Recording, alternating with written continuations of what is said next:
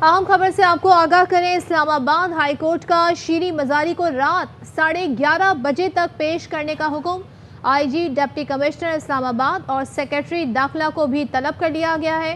Secretary दाखिला यकीनी बनाएं शीरी मजारी को आज रात 11:30 बजे पेश किया जाएगा। इस वक्त फवाद चौधरी इस्लामाबाद हाई कोर्ट के बाहर मीडिया टॉक कर रहे हैं। और यही एक उम्मीद होती है आपको अदलिया से और जो इंसाफ फराहम करने वाले इदारे हैं कि justice should not be done but seem to be done, और यही यहाँ पे हुआ है।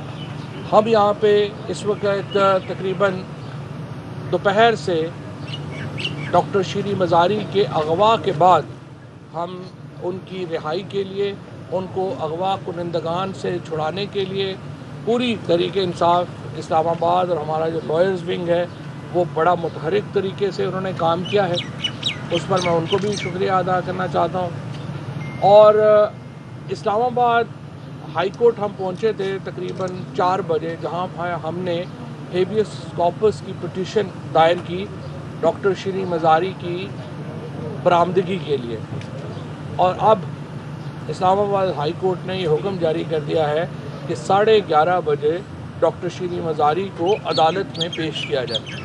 ये बहुत एक खुश आइंद फ़ैसला है। आईजी इस्लामाबाद और इसके साथ इंटीरियर सेक्रेटरी और ज़िम्मेदारान जो हैं पंजाब गवर्नमेंट के, इन तमाम को ये कहा गया है कि वो 11:30 बजे अदालत में पेश हों। हम भी ज़ाहिर है यहाँ पे वापस आएंगे अदालत में। डॉक्टर शीरी मजारी को यहाँ पे उन्होंने कहा है कि पेश किया जाए। और जिस तरीके से आज ये गिरफ़्तारी अमल में लाई गई, 1972 का एक एंटी करप्शन का कहा गया कि ये केस है जिसके बारे में किसी को नहीं पता। जब गिरफ़्तारी होती है उसका कानून के मुताबिक होना ज़रूरी है। डॉक्टर शीरी मजारी के ऊपर एक ऐसे केस का इल्ज़ाम लगाना कि जब वो तकरीबन, आप देखिए कि वो उस वक्त कितनी 10-12 सालों की बच्ची होंगी, और उस ज़माने का केस जो है आपने उठा के उनके ऊपर डाल दिया। और ये इससे ज़्यादा क्या सबूत हो सकता है कि हुकूमत बौखलाई हुई है। जो लॉन्ग मार्च का ऐलान कल होने जा रहा है उसके नतीजे में आज डॉक्टर शीरी मजारी जैसी कदावर सियासी कारकुन के ऊपर, सियासी लीडर के ऊपर जो केस बनाया गया, हम उसकी शदीद मजम्मत करते हैं। अब से कुछ देर के बाद 7 बजे और 8 बजे पूरे पाकिस्तान में मुख्तलिफ औकात में इसके ऊपर एहतजाज का अनाउंस हम कर चुके हैं, तहरीक इंसाफ कर चुकी है। मैं यहाँ पर MWM का भी बहुत शुक्रगुजार हूँ। MWM ने भी इस एहतजाज में शिरकत की कॉल दी है और MWM भी तहरीक इंसाफ के साथ डॉक्टर शीरी मजारी के साथ होने वाली ज़्यादती के ऊपर कदम बकदम हमारे साथ है। और इसके ऊपर मैं अल्लामा नासिर अब्बास साहब का और MWM की पूरी क़यादत का शुक्रिया अदा करना चाहता हूँ। और तहरीक इंसाफ के कारकुनों को इमरान खान साहब का यही पैगाम है कि हम इंशाअल्लाह ये जंग जीत के रहेंगे। आज़ादी की ये जो जंग है ये हमारे बच्चों के मुस्तकबिल की जंग है, ये हमने हर हालत में जीतनी है। इस ज़मन में ये जो कुर्बानियाँ हैं इनकी कोई कीमत, ये बड़ी छोटी कीमत है जो हम सब अदा कर रहे हैं। और कल से जिस तरीके से आपको मालूम है कि मुल्तान के जलसे के बाद एक बिल्कुल बौखलाई हुई हुकूमत से हमारा सामना है। हमें मालूम है कि वो इसको शिफ्ट करना भी चाहते हैं। अभी खबरें आ रही हैं कि हमजा शहबाज ने रिहाई का ऑर्डर कर दिया। तो मैं पूछना ये चाहता हूँ कि हमजा शहबाज क्या इस मुल्क में बादशाह हैं कि उन्होंने पहले गिरफ़्तारी का हुक्म किया और फिर रिहाई का हुक्म किया? कानून उन्हें कैसे इस तरह से गिरफ़्तारी का हुक्म देता है और किस कानून के तहत उन्हें रिहाई के हुक्म का इख्तियार हासिल है? पाकिस्तान में कानून, आज आपने देखा कि जो 2 बाप बेटा जिनकी इस वक्त तकरीबन 40 से 45 अरब रुपए के 16 केसेस इनके पेंडिंग हैं, और आज जो 16 अरब रुपए का केस था जिसमें टीटीओ का केस है उसमें उनको अदालत से रिलीफ मिली, और ये रिलीफ मुसलसल मिलती है। और FIA का जो प्रोसिक्यूटर, जो बड़ी दिलचस्प बात यह है कि इनके अपने वकील ने चुना कि हमारा मुखालिफ वकील कौन होगा, उसने इसके ऊपर कोई ऑब्जेक्शन नहीं किया और वो वहाँ से बयान दे के वापस भी तशरीफ़ ले आए।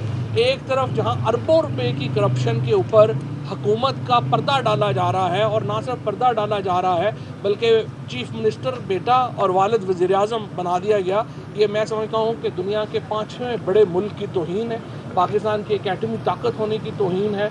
और जिस तरीके से आप सियासी कारकुनों को निशाना बनाया जा रहा है, ये صرف جب گیدڑ کی موت آتی ہے تو وہ شہر کی طرف دوڑتا ہے، اور جب حکومتوں کی موت آتی ہے تو وہ اس طرح کی حرکتیں کرتی ہیں۔ ہم اس کی شدید مذمت کرتے ہیں، اور انشاءاللہ پورا پاکستان اس ظلم کے خلاف کھڑا ہے، اور کل جب عمران خان اس کی کال دیں گے لانگ مارچ کی، تو آپ دیکھیں گے کہ اسلام آباد میں اور پورے پاکستان کی شاہراہوں کے اوپر آپ کو سر ہی سر نظر آئیں گے۔ آپ گرفتاریاں کر کے دیکھیں، آپ کتنی گرفتاریاں کرتے ہیں، ہم انشاءاللہ گرفتاریاں دے کے دیکھیں گے، جیلیں بھر جائیں گی، یہاں پہ کوئی سرکاری جگہ باقی نہیں رہے گی، اور اتنی گرفتاریاں جو ہیں وہ لوگ دیں گے۔ ہمارا احتجاج پرامن ہے، اس کو پرامن رہنے دیں، اس کو جنگ نہ بنائیں، یہ آپ کے بھی مفاد میں ہے، یہ سب کے مفاد میں ہے، لیکن اگر جنگ لڑنی پڑے ظلم کے خلاف تو پھر ہم تیار ہیں، اور انشاءاللہ ہر گلی اور کوچے میں جنگ ہوگی۔ شکریہ۔ سر ایک سوال ہے، یہ کہا جا رہا ہے کہ یہ جو مطلب کہ ابھی آپ نے کہا ہے کہ مقدمات پرانے، یہ بھی کہا جا رہا ہے کہ ان کی جو گرفتاری ہوئی ہے ان کے مقدمات کی بنا پر نہیں بلکہ ان کے خیالات کی وجہ سے ہوئی ہے، کیا یہ درست ہے؟ ظاہر ہے ان کے خیالات کی وجہ سے ہوئی ہے، جس طرح سے گرفتاری ہوئی ہے وہ ان کے سیاسی جو پوائنٹ آف ویو ہے اس کی وجہ سے گرفتاری ہوئی، اور اسی لیے جو ہمارا نقطہ نظر ہے کہ اس طرح کے سیاسی مقدمات بنانا اور اس کے اوپر گرفتاریاں کرنا آئین کے خلاف ہے۔ مریم نواز صاحبہ نے بھی خطاب کیا ہے، مریم نواز صاحبہ نے بھی خطاب کیا ہے اور کہا ہے کہ عورت کارڈ نہ کھیلیں، کیونکہ میں بھی نواز شریف صاحب سے ملنے گئی تھی تو مجھے بھی گرفتار کیا گیا تھا، اور دوسرا یہ کہ عمران خان صاحب بشمول عمران خان صاحب پی ٹی آئی کی قیادت گرفتاری کا کتنا خدشہ رکھتی ہے؟ مریم نواز کی گرفتاری 3.5 سال کے ٹرائل کے بعد ہوئی تھی، ان کا ٹرائل میں بھی ان کو کسی نے ہاتھ نہیں لگایا۔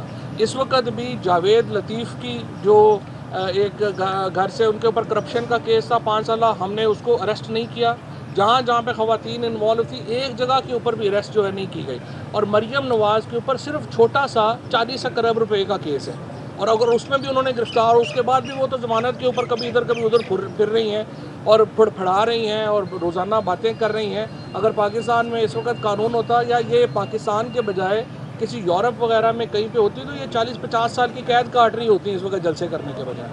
Thank you. عمران خان صاحب کی گرفتاری کا خدشہ کتنا ہے؟ عمران خان کی گرفتاری کا کوئی خدشہ نہیں ہے۔